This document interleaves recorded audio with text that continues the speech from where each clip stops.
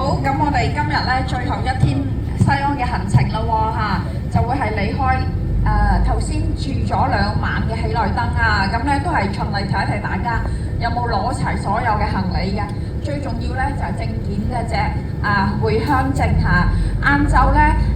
下晝咧去到機場就要用到啦嚇，冇嗰個回鄉證嘅話咧就真係搭唔到飛機搭唔到飛機上唔到飛機啊嚇。咁好，咁若果係攞齊嘢咧，我哋咧就開始咧係我哋最後一天嘅行程啦咁最後一天嘅行程咧都簡單嘅而家咧就係出發咁咧就係大概係半個鐘頭左右車程半個鐘頭左右車程嚇。咁我哋咧就會係去一個叫做永興坊嘅地方嘅永興坊嘅話咧係咩地方咧？而家係買嘢食嘢嘅。出去旅行好似咧由朝食到晚咁樣食好多餐咁樣嚇。去完佢嗰個買嘢食嘢嘅地方嘅話咧，大家可以行一行街咁樣嚇。咁我哋咧就10:20咧就開始咧有嗰啲表。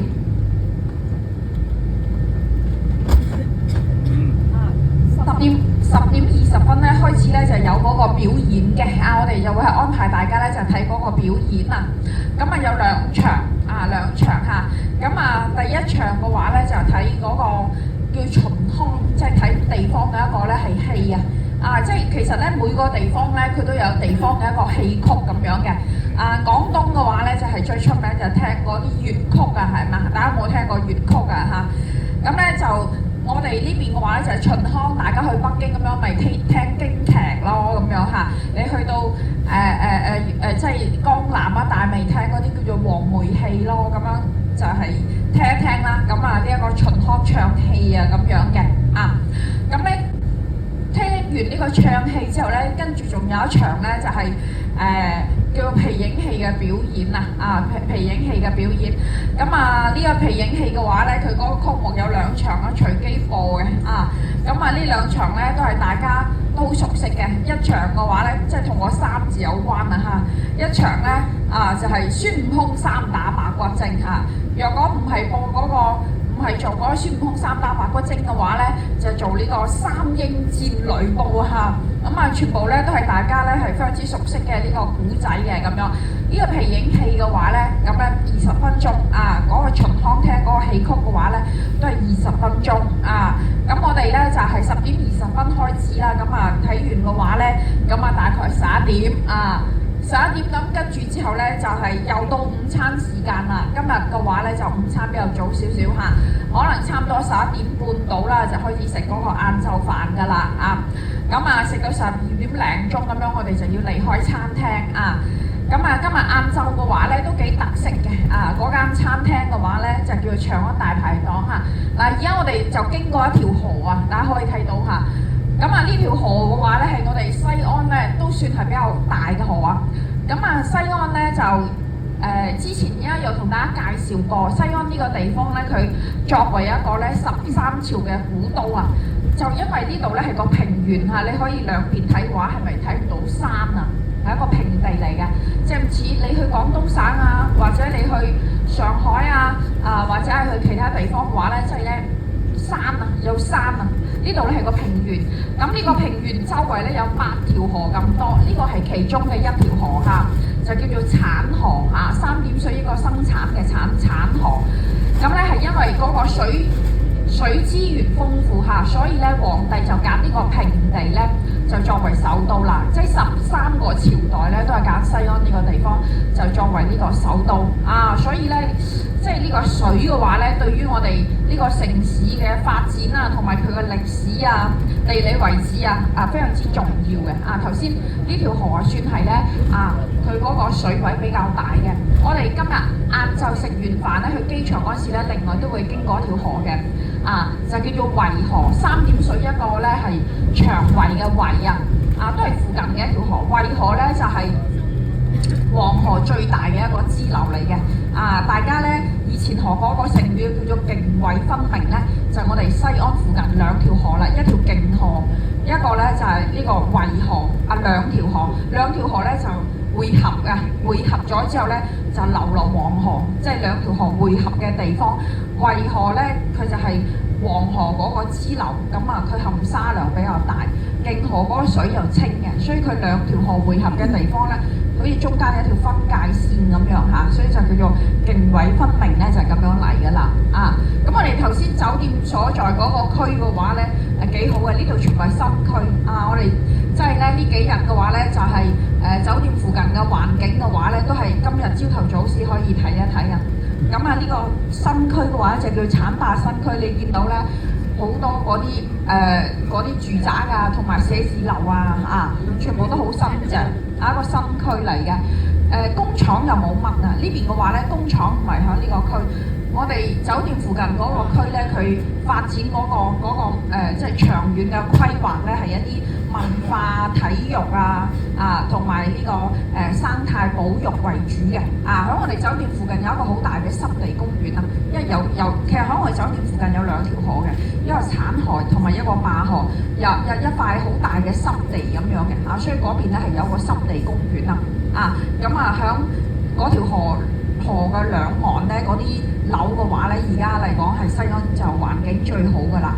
即係佢開發嘅話咧係做得唔錯嘅，就有幾個會展中心兩三個會展中心，又有嗰啲體育場即係好似對上一年啦，最上一屆全運會舊年係香港有份開嗰個全運會。最上一屆嗰個叫全國運動會就喺西安呢個地方咧係開㗎啦，咁佢嗰個開幕式閉幕式都喺我哋酒店附近嘅，有一個好大型嘅一個體育館係啦，咁咧有一個好大型嘅體育館咧啱啱整好即係香港個啟德體育場咁樣都係新整好即係佢除咗有體育個功效之外嘅話咧，都有好多即係明星過嚟呢邊咧就開演唱會嘅咁咧就所以我哋酒店附近嘅話咧就係環境相當之唔錯嘅。咁我哋今日晏晝嘅話咧就係都係喺我哋西安一間咧都比較出名嘅餐廳係一個特色餐嘅咁咧就本地嘅餐食其實叫做長安大排檔係做陝西菜比較出名嘅10幾間分店其中嘅一間分店咧就係試一試我哋呢一個陝西菜都比較正宗嘅即係咧陝西其實整個陝西咧佢分成幾個部分，嗰個小長就介紹啦。北邊即係靠近內蒙古咧就黃土高原，我哋呢邊咧係關中平原，係食麵為主嘅。咁我哋漢中嗰個區域嘅話咧，即係翻過咗嗰個秦嶺嘅話咧，就屬於南方，就食麵食飯為主噶啦。咁漢中嗰個地方嘅話咧，氣候同埋四川嘅話咧係比較接近嘅。咁我哋即係中國嘅話咧，就以嗰個秦嶺作為分界線秦嶺作為分界線，秦嶺嘅北邊。即係我哋西安就係北方，咁嗰座山嘅海拔非常之高嘅，咁冬天咧從西伯利亞過嚟嗰啲冷空氣咧，佢就吹唔過嗰座山所以令到嗰個山嘅南邊嘅話咧，四川漢中嗰帶嘅話咧，佢氣候就比較暖即係溫度相對講比較高比較濕潤所以嘅話咧就係嗰座山嘅南邊嘅話咧就係南方啦咁可能我哋團友們咧未嚟西安、未嚟北方之前嘅話咧，就好多團友會香港嘅團友或者廣東嘅團友就覺得廣東以北咧就叫做北方啦，係咪啊？即係好似我細個嗰陣時咧有個印象即係阿媽教落嘅，即係基本上講普通話咧，全部係叫做北方南方咧就講白話講，即係咧兩港咧就係南方人。咁咧就係講普通話，全部係北方嘅咁樣。其實實際上就唔係嘅，就係我哋嗰個山係咪？咁咧就係以呢個山咧就作為一個分界線咁大家都可以試一試啦即係本地嘅。咁其實咧就呢兩日都有試到啦，我哋呢一個特色嘅呢一啲餐食咁樣嘅一啲特色嘅小食酒店咧就係啦呢兩日我見到有啲團友都去食嗰個麵有冇試到嗰個闊條麵酒店嗰個即係都係即整嘅嗰個麵即係撈嗰個辣椒油好大碗辣椒油見唔見到係啦，唔係好辣嘅。咁我哋西安嘅辣椒油唔係好辣嘅，佢攞嗰個香味唔似四川重慶嗰啲地方嘅話咧，特別誇張嘅，真係好辣嘅。佢嗰啲真係麻辣嘅咁樣。我哋係攞嗰個香味咁你都可以咧就係嘗試下。咁啊，若果你係即係有一啲地方嘅一個小食咧，想再更加之咧地道啲嘅，我哋一陣間永興坊你又可以睇到啦，有食嘢嘅，有食嘢有買嘢嘅，嗰啲麵嗰個麵嗰個餅麵都非常之出名嘅，同埋嗰個肉夾饃我哋呢一個肉夾饃就係喺永興坊都有得賣嘅，咁到時候咧，我會同大家即係講翻你想行嘅，即係食嘢嘅咁咧就係因為好多檔，我都唔係檔食勻晒，係之前啲團友 feedback 翻嚟，哇咁呢個啱食啱香港人食你可以同嗰啲團友推介嘅我會同大家講翻，即係佢嗰檔餅麵有個牛肉餅都熱辣辣嘅咁咧就我上次有個團友咧，佢可能比較中意食咧個烤豬尾香港少有呢一個食物佢話你可以向啲團友推介嗰個烤豬尾都幾特別嘅，又做得幾腍下嘅咁樣即係咧睇下你中唔中意嗰啲骨膠原即係好似嗰啲豬手骨膠原嗰種感覺，你可以中意嘅話咧，你可以就係試一試咯。咁除咗咧食嘢之外嘅話咧 ，shopping 都可以嘅，有買嘢嘅地方嘅，有買嘢嗰啲鋪頭嘅，琴晚黑若果團友們咧，你又仲想買翻一啲特產手信嘅話咧，響嗰個永興坊都有得賣嘅。比較出名嘅紅棗係咪？唔知團友有冇買到啦？最出名嘅啦，西安陝西嘅呢個紅棗，度咧都見到嘅，永興坊又有得賣。最出名嗰個九頭棗。除咗紅棗之外嘅話咧，就係嗰個麥茶，你中意嗰個麥茶係嗰個，琴晚黑有飲嗰個麥茶，即係咧都好香嘅嗰個。即係佢係一種糧食嚟嘅。咁咧就用嚟就係咁樣用滾水沖嚟飲，好香嘅，好似日本嗰啲炒味茶咁樣嘅。其實咧嗰個茶咧，你飲完嗰個水之後咧，嗰啲茶渣可以食埋㗎。嗰個纖維素含量非常之高嘅，對，即係咧係幫助消化腸胃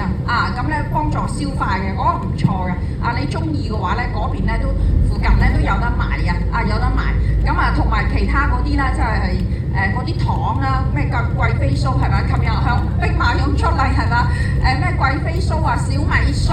嗰邊有得賣嘅。咁陝西嘅話咧，響延安嗰個地方小米非常之出名嘅，酒店有小米粥呢幾日大家有冇試到呢邊嘅話咧就係食小米好出名嘅。咁咧就我哋本地人嘅話咧就係嗰啲小朋友